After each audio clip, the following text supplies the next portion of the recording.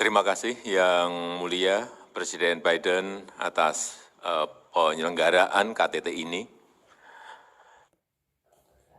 Thank you, Your Excellency President Biden, for organizing this summit. Dampak perubahan iklim sangat nyata di hadapan kita. COVID-19 dan resesi global membuat tantangan semakin kompleks. Untuk itu, saya ingin berbagi 3 pemikiran. Pertama,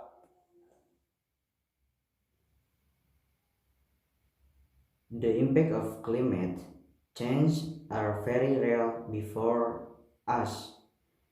COVID-19 and the global recession make the change even more complex.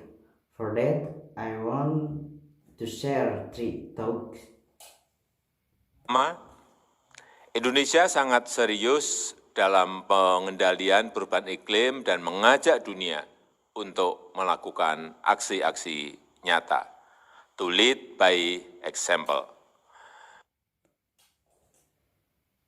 For the first, Indonesia is very serious in controlling climate change and invites the world to make concrete action to lead by example. Sebagai negara kepulauan terbesar dan pemilik hutan tropis, penanganan perubahan iklim adalah kepentingan nasional Indonesia melalui kebijakan, pemberdayaan, dan penegakan hukum. Laju deforestasi Indonesia saat ini turun terendah dalam 20 tahun terakhir.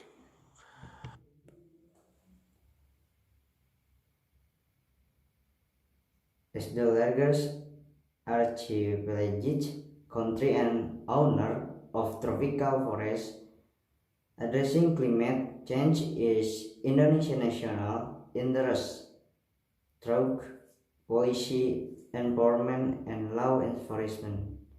Indonesian current deforestation rate has fallen to the lowest in 20 years. Penghentian konversi hutan alam dan lahan gambut mencapai 66 juta hektar, lebih luas dari gabungan luas Inggris dan Norwegia. Penurunan kebakaran hutan hingga sebesar 82%, di saat beberapa kawasan di Amerika, Australia, dan Eropa mengalami peningkatan terluas. Kedua, The conversion of natural forests and wetlands totaled 66 million hectares, more than the area of the United Kingdom and Norway combined. Forest fires decreased by 82%, while several regions in America, Australia, and Europe experienced the widest increase. kita harus memajukan pembangunan hijau untuk dunia yang lebih baik. Indonesia telah memutakhirkan NDC untuk meningkatkan kapasitas adaptasi dan ketahanan iklim.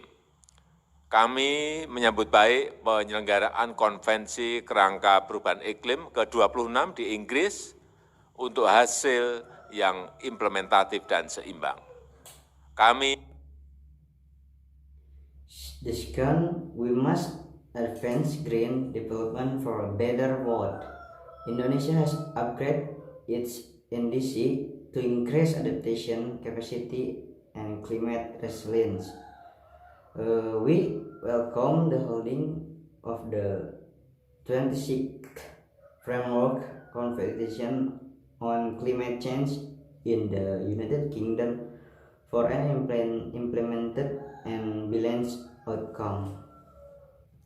Menyambut baik target sejumlah negara menuju net zero emission tahun 2050, namun agar kredibel komitmen tersebut harus dijalankan berdasarkan pemenuhan komitmen NDC tahun 2030. Negara berkembang akan melakukan ambisi serupa. Jika komitmen negara maju kredibel disertai dukungan real, dukungan dan pemenuhan komitmen negara-negara maju sangat diperlukan. Ketiga,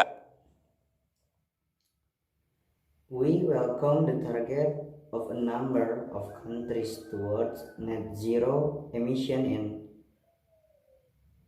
2050. However, to be credible, this commitment must be carried out based on the fulfillment of the NDC commitment in 2030. Developing country will undertake a similar ambition if the commitment of developed country is credible with real support and fulfillment of the commitment of the developed country is very much needed. untuk mencapai target persetujuan Paris dan agenda bersama berikutnya, kemitraan global harus diperkuat.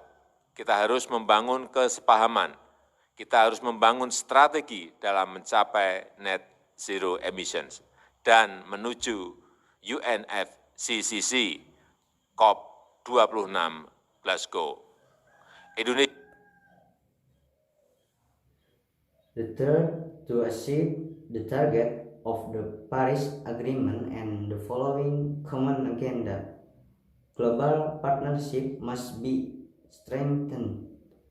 We have to build an understanding, we have to build a strategy to reach net zero emission and head for the UNFCCC COP26 Glasgow.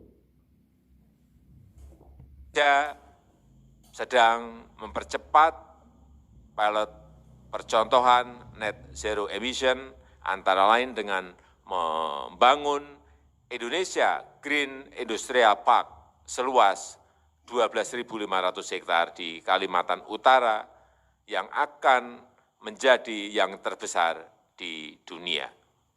Kami sedang melakukan rehabilitasi mangrove, hutan mangrove seluas 620.000 hektar sampai 2024, terluas di dunia dengan daya serap karbon mencapai 4 kali lipat dibanding hutan tropis.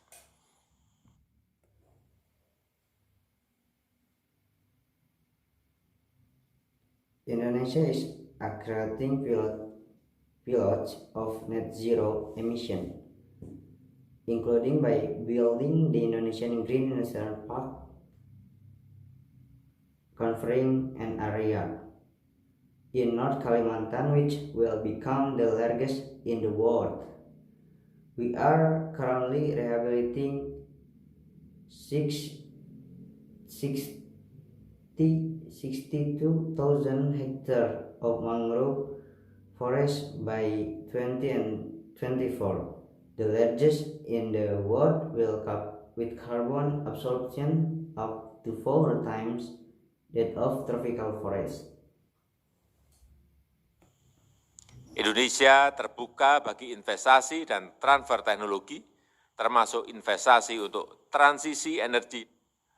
Peluang besar juga terbuka bagi pengembangan bahan bakar nabati, industri baterai litium, dan kendaraan listrik.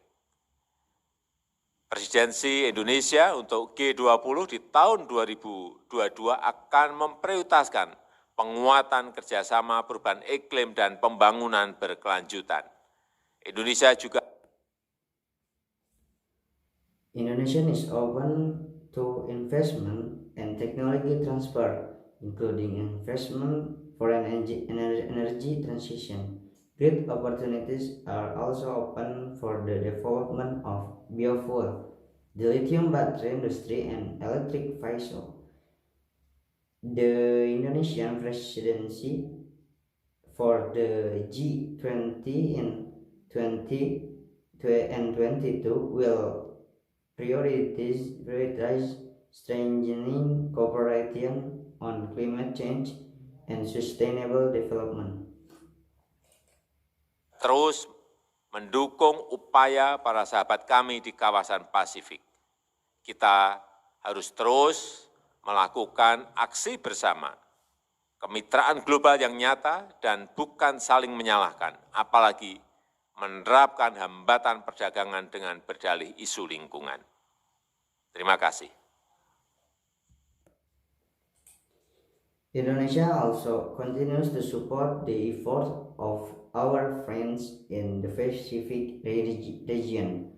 We must continue to take collective action, real global partnership, and not blame each other, let alone apply trade barriers under the pretext of environmental issue. Thank you.